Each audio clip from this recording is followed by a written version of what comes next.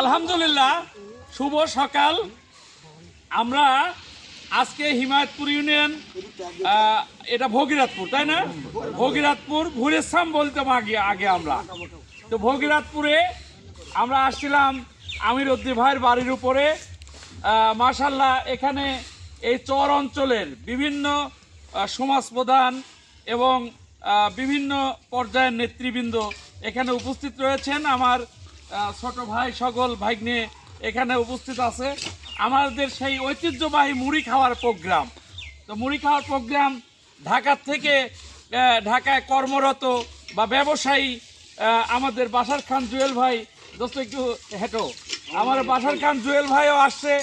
তো আমরা এই শীতের সকালে প্রত্যেকের বাড়িতে বাড়িতে যাচ্ছি এবং সবার সাথে একটা সৌহার্দ্যপূর্ণ ভালোবাসা, আলোচনা এবং সার্বিক উন্নয়নমূলক কিছু কথাবার্তা আমরা নিয়েই আছি।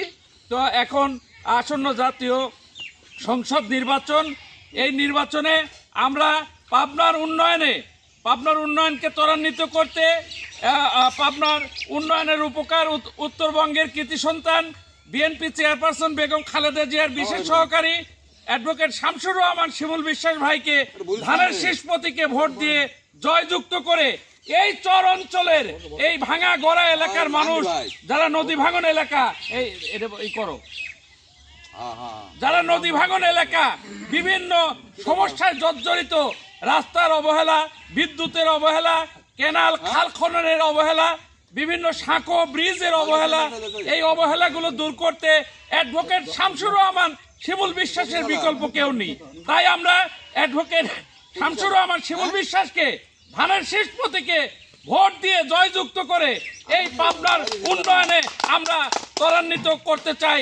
এই শিমুল বিশ্বাস ব্যতিরেকে আমরা উন্নয়নমূলক কাজ অন্য কোনো ব্যক্তি দিয়ে আমরা আশা করতে পারি না, কারণ অতীতেও করেনি, এখনো করবে না, আগামীতেও করবে না।